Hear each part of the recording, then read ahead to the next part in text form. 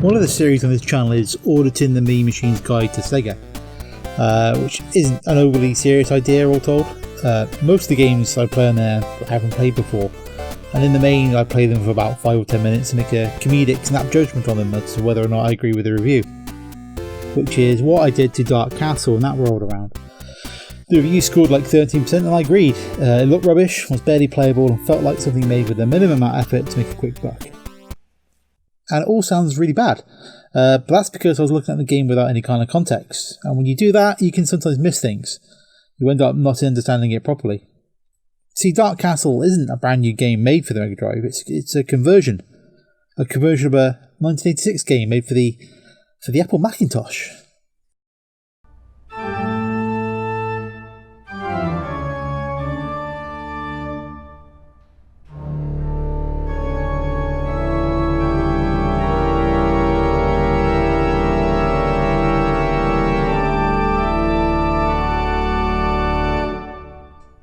In 1986, the difference between a home computer game and a home console game was pretty clear.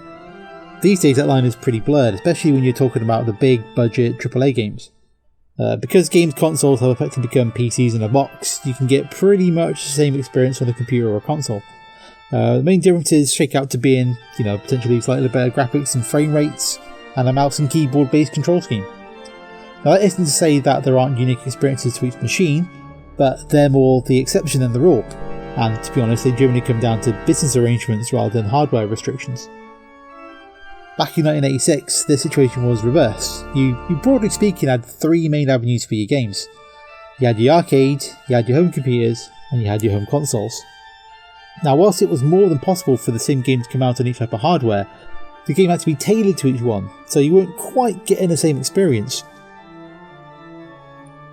The world was in different stages of transition as well. In Japan you had a massive arcade scene, then in the home the Famicom was all conquering with the smaller computer scene bubbling underneath and a few other consoles. America was recovering after their crash of 1983 with the arcades riding high once more. Then in the home you had a smattering of computers that were just about to be wiped out by the release of the NES. Europe was a bit different, again you had the arcades, but in the home it was all about the home computers and micros. Consoles would overtake them, but it would take several years in the 16-bit era for that to truly come to pass. So your big players were the arcades, home computers such as the Commodore and the Spectrum and the growing IBM PC clone market, and then the NES/Famicom. So where in this did the Apple Macintosh fit? Well, frankly nowhere. Yeah, it had games, but very few would have any kind of impact. It mostly received ports from PC and the other home computers with very few exclusive games. Probably the biggest two would end up being Marathon and Myst, that would show up in the mid-90s. Apple, or rather Steve Jobs, were never the biggest fans of games, preferring to position the Mac as a machine for creating rather than playing. Now, home computers in the mid-80s generally meant low-powered machines that you'd mainly play games on, which wasn't the market Apple was after. This meant that games on the Mac were there, but nowhere near the rest of the computer market. This makes Dark Castle somewhat of a standout. Here is a game solely developed for the Mac, which would be enough in and of itself, but it's also a game using a mouse and keyboard control scheme in 1986. To be clear, it wasn't like lots of games used this control scheme at the time. In fact, Dark Castle is probably one of the first. The mouse had been around since the 60s, but it only really began its rise to prominence after the release of the, wait for it, Apple Macintosh in 1984. Everything else was used in the command line interfaces like DOS or whatever you fancy. Graphical user interfaces that required a mouse were very much in their infancy. Of course, give it a decade or so and the mouse and keyboard would become the default computer gaming interface, but in 1986 this was very much not the case. That then should make it clear that why the Mega Drive port, a good 5 years later, suffered so much. So why even port it to that machine in the first place? The answer is essentially because of Electronic Arts. Electronic Arts, or EA, was formed in the mid-80s and focused on PC and home computer games. When Nintendo first launched the NES, EA pretty much ignored it because, after all, who's going to buy a games console after the market crash in '83, right? Well, it turned out everybody would buy a console, which was making Nintendo and everybody else a lot of money. EA approached Nintendo, but they were put off by the restrictive third-party terms that were offered. At the time, Nintendo controlled the third-party game output on the NES with an iron fist. They would control the number of releases each year, as well as requiring that all cartridges, that could only be manufactured by Nintendo, would be paid for up front by the third party, making them carry all the risk of the game releases. Turned out though, there was this other company called Sega that was in the midst of releasing a new, more powerful console. EA had games to sell, so they went to Sega to make a deal, but it turned out Sega wanted to run their console, the Mega Drive/Genesis, much like the NES, with similar controls from third parties.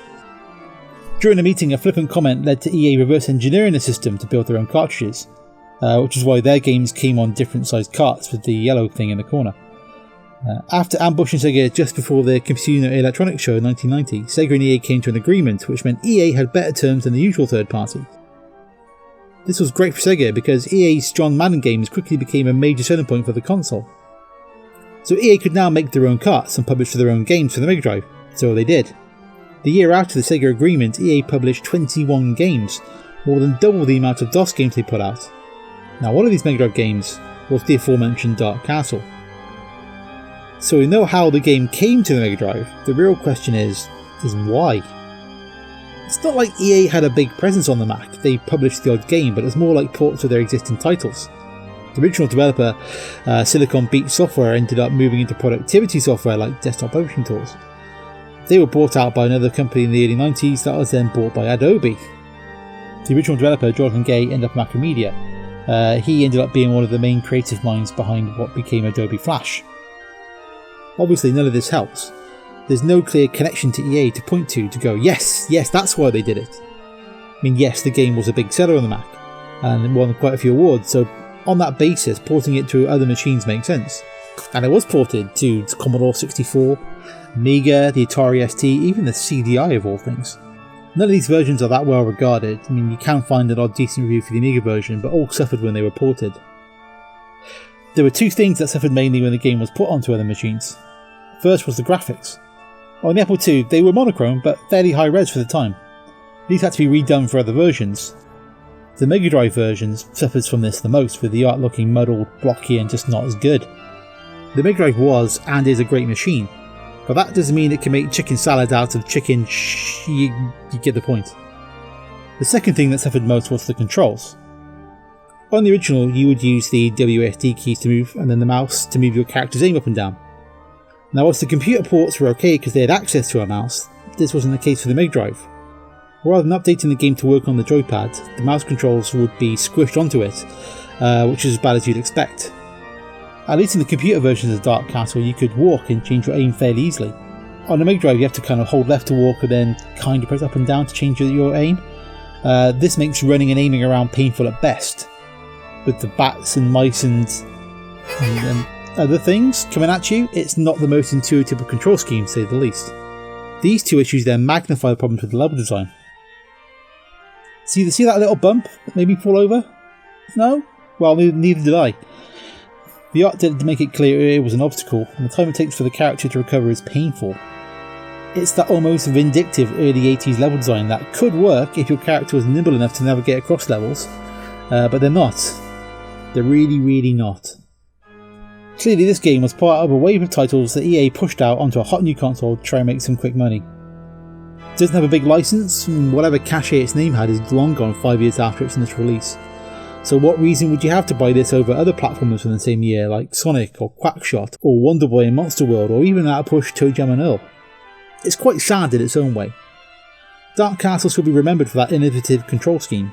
After all, it wasn't until like the mid-90s that Quake made the WASD and mouse the default control scheme for most PC games. Dark Castle was doing that a decade earlier. That's not what it's remembered for. Nope. It's remembered as being a crappy early Mega Drive game with crappy controls. A PC game released on console with no attempt to update it to give it a chance of success.